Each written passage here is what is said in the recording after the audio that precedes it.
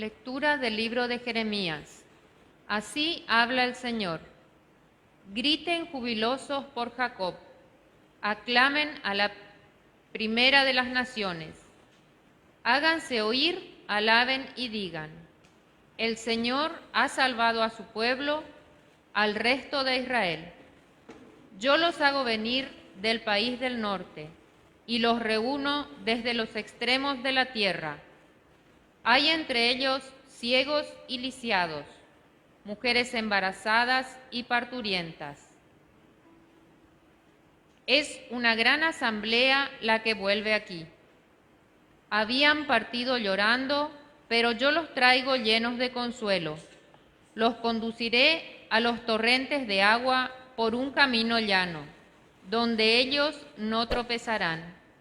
Porque yo soy un padre para Israel, y Efraín es mi primogénito. Palabra de Dios.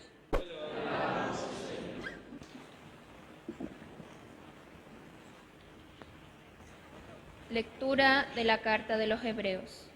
Hermanos, todo sumo sacerdote del culto antiguo es tomado de entre los hombres y puesto para intervenir en favor de los hombres en todo aquello que se refiere al servicio de Dios, a fin de ofrecer dones y sacrificios por los pecados. Él puede mostrarse indulgente con los que pecan por ignorancia y con los descarriados, porque Él mismo está sujeto a la debilidad humana. Por eso debe ofrecer sacrificios, no solamente por los pecados del pueblo, sino también por sus propios pecados. Y nadie se arroga esta dignidad, sino es llamado por Dios como lo fue Aarón. Por eso Cristo no se atribuyó a sí mismo la gloria del sumo sacerdote, sino que la recibió de aquel que le dijo: Tú eres mi Hijo, yo te he entregado hoy. Como también dice en otro lugar: Tú eres sacerdote para siempre, según la orden de Melquisedec. Palabra de Dios. Que el Señor esté con cada uno de ustedes. Y con tu espíritu. Evangelio de nuestro Señor Jesucristo según San Marcos. Gloria a ti, Señor. Cuando Jesús salía de Jericó, acompañado de sus discípulos y de una gran multitud, el hijo de Timeo, Bartimeo, un mendigo ciego, estaba sentado junto al camino. Al enterarse que pasaba Jesús, el Nazareno, se puso a gritar: Jesús, hijo de David, ten piedad de mí. Muchos lo reprendían para que se callara, pero él gritaba más fuerte: Hijo de David, ten piedad de mí. Jesús se detuvo y le dijo: llámenlo. Entonces llamaron al ciego y le dijeron: ánimo, levántate, él te llama. Y el ciego, arrojando su manto, se puso de pie en un salto y fue hacia él. Jesús le preguntó: ¿qué quieres que haga por ti? Él le respondió: Maestro, que yo pueda ver. Jesús le dijo: vete, tu fe te ha salvado. Enseguida comenzó a ver y lo siguió por el camino. Palabra del Señor. Gloria a ti, Señor Jesús. Bueno, con mucha alegría estamos celebrando esta Eucaristía. Siempre que celebramos la misa nos alegramos porque celebramos al Señor. Pero bueno, para mí también es una especial alegría el poder hoy celebrar esta misa en este contexto de la novena de la parroquia. El Padre Marcelo me invitó. Bueno, me presento brevemente. Mi nombre es Juan Martínez, yo soy obispo de la diócesis de Posadas y bueno, hace 20 años que soy obispo de la diócesis de Posadas, así que hace mucho tiempo. Ya me estoy poniendo viejito, pero bueno, qué lindo es poder celebrar hoy aquí con ustedes en San Vicente, que como le decía al Padre Marcelo, bueno, hablábamos recién con él, no he celebrado en San Vicente nunca, porque esto pertenecía antes a la diócesis de Iguazú y después, bueno, en el 2009 se creó la nueva diócesis de Oberá Así que yo pasaba muchas veces por San Vicente, pero no entraba. Y hoy ingresé, estuve mirando así como hoy miramos, y alguna pregunta hice por ahí, y llegué. Y qué lindo es celebrar, un poco me emocionaba, de las comunidades, de la intensidad de las comunidades, de misiones, porque son parroquias muy grandes las que tenemos, y esta también, me contaba el padre Marcelo, 22 capillas que forman parte de la parroquia. Bueno, es realmente un número inmenso y estamos celebrando a la parroquia, porque la parroquia no es solamente la sede, sino son las 22 comunidades. Y bueno, creo que trajeron también algunas sí, de las comunidades. Bueno, así que queremos celebrar, queremos agradecer a Dios. Yo agradecer también, también un poquito me emocioné cuando lo vi al padre Marcelo porque nos conocemos de hace muchos años y lo ordené sacerdote al padre Marcelo hace varios años atrás. Bueno, tantas historias y bueno, son cosas que están en la memoria y motivos de agradecimiento. Y bueno, hoy conocer esta parroquia y conocerlos a ustedes. En este contexto, la misión nuestra, en definitiva, es anunciarlo a Jesucristo el Señor. Es así. Y de alguna manera este evangelio que escuchamos recién del ciego de Jericó, que, bueno, Jesús había salido de Galilea y fue a otros lugares a predicar. Ya terminando ese periodo de predicación en otros lugares, Jericó, ya después empieza el regreso a Jerusalén, un lugar emblemático donde, bueno, iban a suceder todo lo que nosotros conocemos del misterio de la Pascua. En medio de eso, este hombre se acerca y lo reconoce, le dice, hijo de David, reconoce su mesianidad. Y como un necesitado le implora a Jesús. Era este ciego de Jericó, un hombre que aún en medio de lo que Jesús iba haciendo, se hizo notar porque gritaba cada vez más fuerte. Y entonces el Señor tomó atención en él y bueno, dijo, ¿qué quieres? Quiero ver. Entonces el Señor le dio esto que para él era tan importante. Señor, que vea. Qué bueno es que nosotros también, en este día, hoy, la propuesta de la novena es evangelizar, la evangelización para este día, para esta misa. Qué bueno es que nosotros sepamos que si bien sabemos que todos tenemos la responsabilidad de evangelizar, porque todos somos bautizados, por ahí antes pensábamos que solamente el cura tenía que hacerlo, el diácono o los diáconos, y hoy tenemos mucho más claro que todos los bautizados tenemos la responsabilidad de evangelizar, porque en definitiva la razón de ser de la Iglesia, para lo que la constituyó el Señor a la Iglesia, es para evangelizar. O sea, llevar la buena noticia de Jesucristo el Señor. Pero qué bueno está este evangelio, Señor, que vea. Porque difícilmente nosotros podremos dar testimonio de Jesucristo, podremos evangelizar si no tenemos esta experiencia, o por lo menos deseamos tener esta experiencia de encontrarnos con Jesucristo el Señor.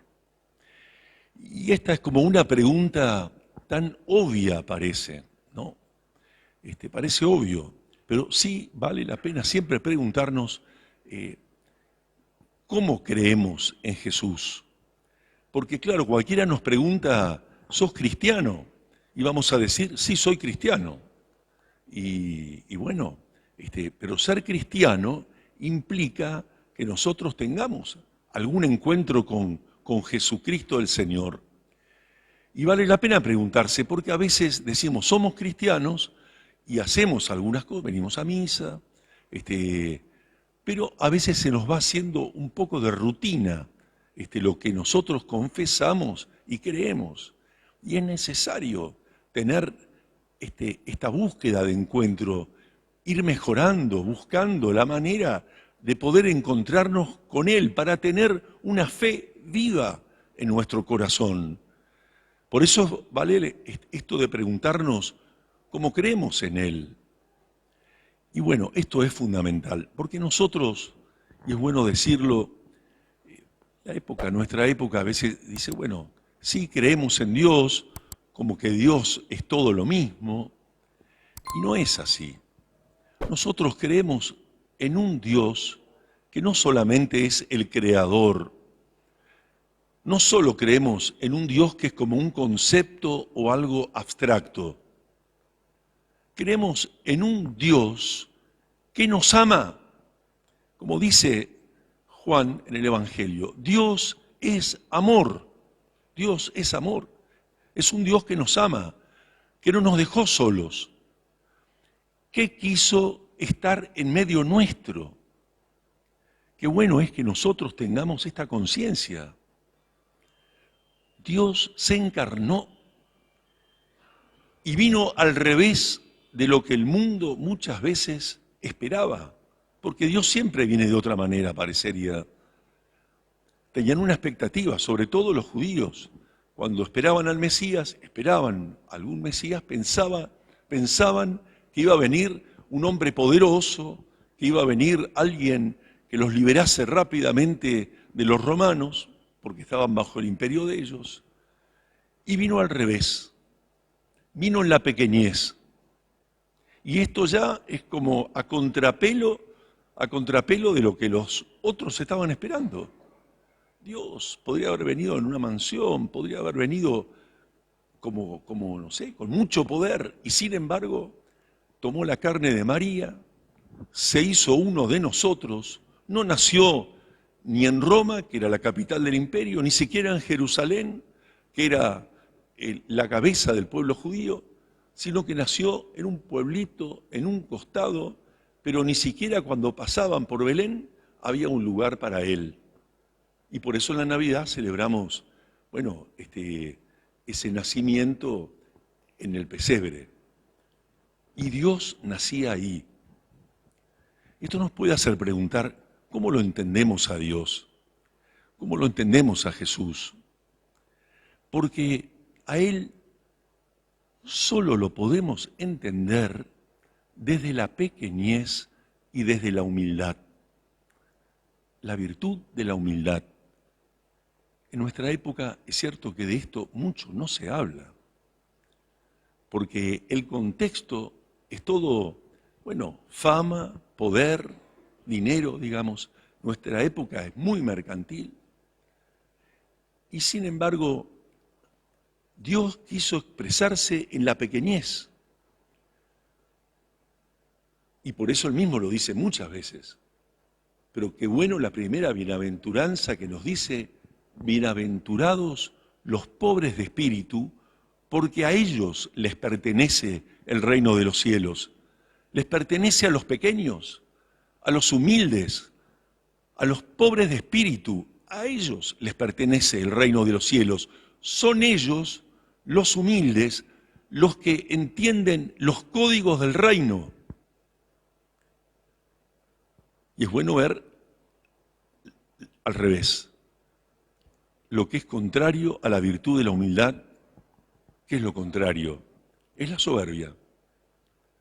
La soberbia es lo contrario de la humildad. De los pecados capitales es el peor. Fue el pecado original que se dio en el inicio.